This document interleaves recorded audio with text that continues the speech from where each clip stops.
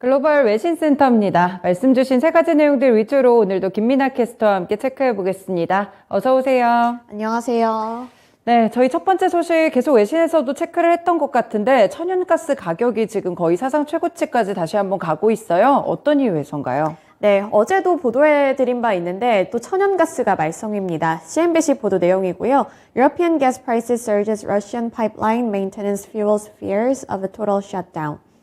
네, 이번에 어제 보도해드린 내용에 따르면 러시아 쪽에서는 다시 한번 공급관을 막는다는 소식 전해드린 바 있는데요. 그 때문에 또 안 좋은 결과가 초래가 됐습니다. 바로 멘트 살펴보시죠. 러시아의 가스 공급 중단 예고에 유럽 천연가스 가격이 폭등했습니다.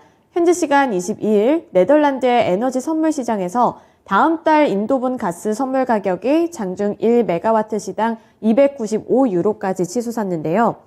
이는 전거래일보다 20% 넘게 뛰어오른 수치고요. 또 1년 전과 비교했을 때는 무려 1000%나 오른 수치입니다.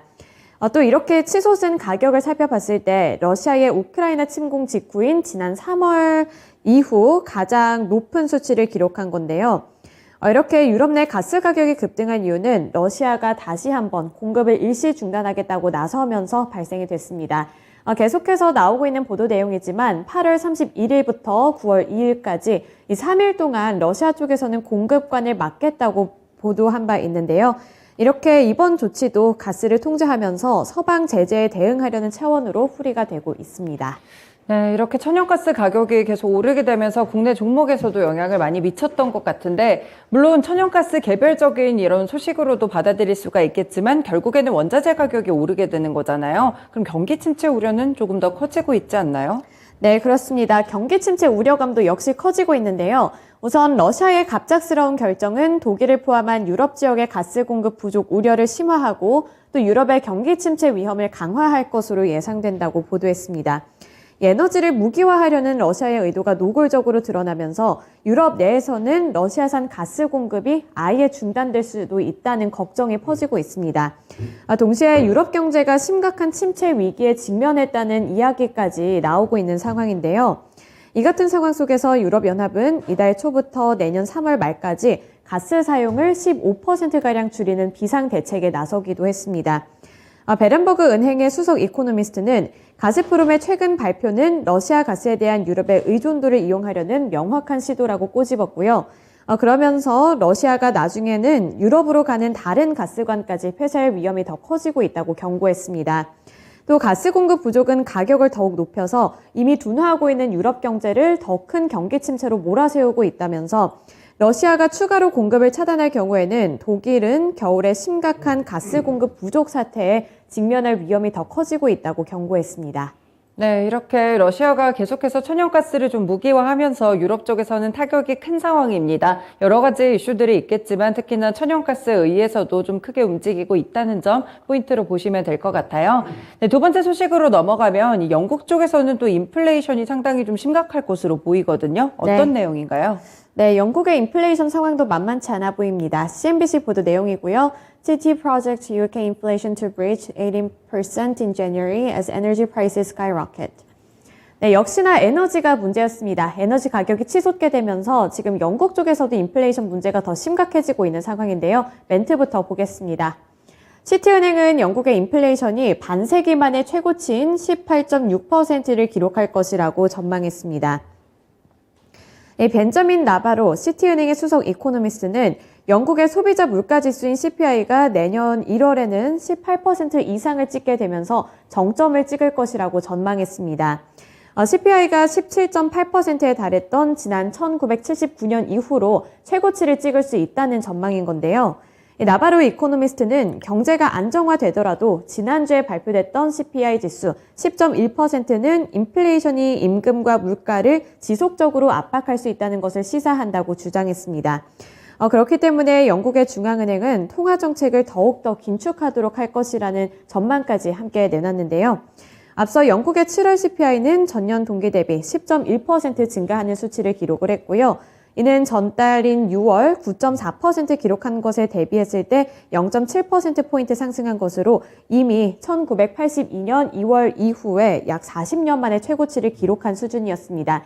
여기서 더 나아가서 에너지 가격이 치솟게 되면서 영국 쪽에서 18% 넘게 또 급등할 수 있다는 전망이 나온 거고요.